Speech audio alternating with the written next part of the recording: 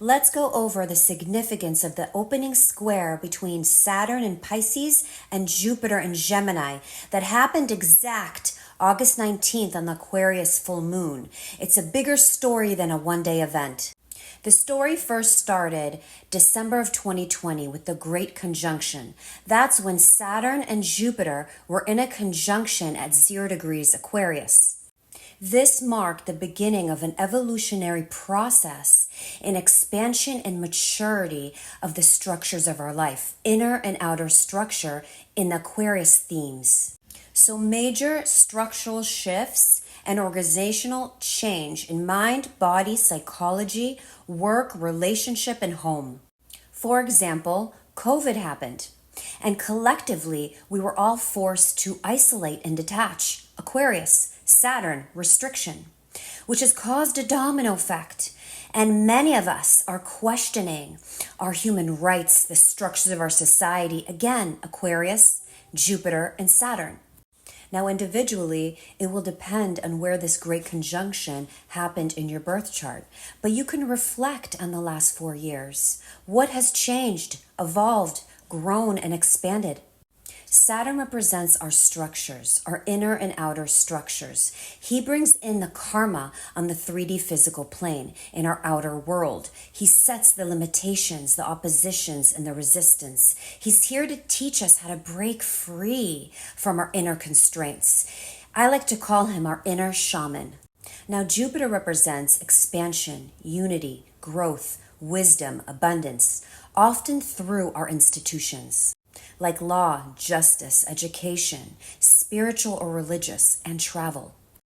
So this great conjunction between Saturn and Jupiter in Aquarius that happened December of 2020 has caused a major collective tension to evolve and change for all of us individually in different ways. So now, the first opening square is the first time they're communicating with each other since the Great Conjunction, which represents a call for action, a crossroad. This creates a process that won't be fully resolved until November of 2025. Not this November, November of 2025, so a year and 3 months from now. This is helpful with our expectations. Remaining flexible for growth and change is advised.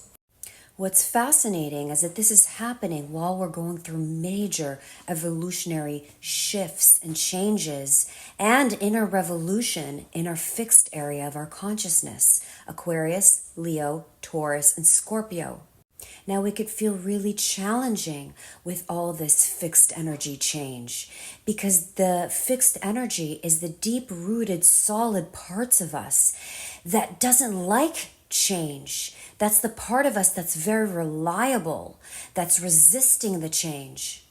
The beautiful magic and blessing that I see here is that this structural change happening with Jupiter and Saturn is happening in mutable energy, which is changeable energy. It's duality, the this and the that, which is helping us transform as we evolve in our fixed energy. Jupiter in Gemini likes options and choices. It needs something to be excited about. So studying, learning, teaching, a creative project, something that lights you up, that you can experience and share. Gemini energy is fast moving. It's curious and it seeks stimuli. It likes to invest its time in something interesting. Jupiter entered Gemini the end of May, and you've probably seen an expansion in ideas and communications and options and choices. So on August 4th, we had the Leo new moon, so a new beginning in creativity and self-expression and courage and leadership. We entered into a Mercury retrograde, which brought in a slowdown, a time to reflect, to redo, to rethink something. And as this was happening, we also started having the Saturn-Jupiter square. Saturn in Pisces retrograde, squaring Jupiter, is asking us to slow down, reconsider, be responsible, don't overcommit, and be conscious with your time. This square has most likely brought in something that you want to say yes to. And most likely it's two things, because Gemini is duality, the this and the that. And Saturn is putting the brakes, having us contemplate and consider what's involved and if you have the energy. Another way to view this is Jupiter and Gemini is increasing options, ideas, but the square with Saturn is here to help us transform the structures within us. So Saturn in Pisces is all about tapping into our intuition, surrendering and trusting the divine within, and following our body consciousness, what feels right in the body. So connect to how things feel and listen to your intuition. We're going to have 3 more interactions between Saturn and Jupiter. The next one is going to be in December of 2024. It's going to be a square, so it's going to be a call for action, a crossroad, and it's going to be in the same energy, Gemini and Pisces. And then we're going to have another square in June of 2025, which is again going to be a call for action, a crossroad. But this time it's going to be in cardinal energy. And cardinal energy is all about initiating beginnings. And it's going to be in Aries and Cancer. And then November of 2025, Saturn and Jupiter throughout the month are going to be in a trine.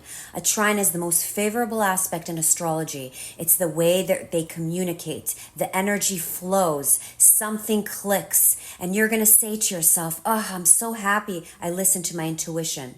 Saturn in Pisces is closing out a 30-year cycle. He's highlighting to us what doesn't work anymore, what we need to let go of. And he's teaching us how to surrender and trust in the divine within us, in our intuition. I know it's tempting to follow your thought patterns, logic, what's safe, what's known, what you can trust. But I believe we're in a time where we're asked to go higher, to follow our dreams, to follow the unknown, to tap into your intuition and create from the heart. This is a time where you might be getting clarity on your gifts and visions of a better future. So tap into your body consciousness and let it lead you. If you want to consciously work with your astrology, identify where you have Pisces and Gemini in your whole sign birth chart. These 2 houses in your astrology is where you're having the structural change, where Saturn is trying to teach you and show you how to evolve and transform. A house in astrology is an environment, an area of the life, an area of your consciousness. Now, for example, I'm an Aquarius rising. So Pisces rules my 2nd house of self-worth, money, what I own. And Jupiter is in my 5th house. My 5th house is self-expression, creativity, romance, having fun. If you want help with that, look up on Google a free birth chart calculator, put in your birth information, take a picture of it, DM it to me, and it would be my honor and pleasure to let you know what 2 areas of your consciousness of the life are going through a transformation. I empower you to connect to your intuition. Trust what you feel. Embody that. Live as if it's already here. Be blessed.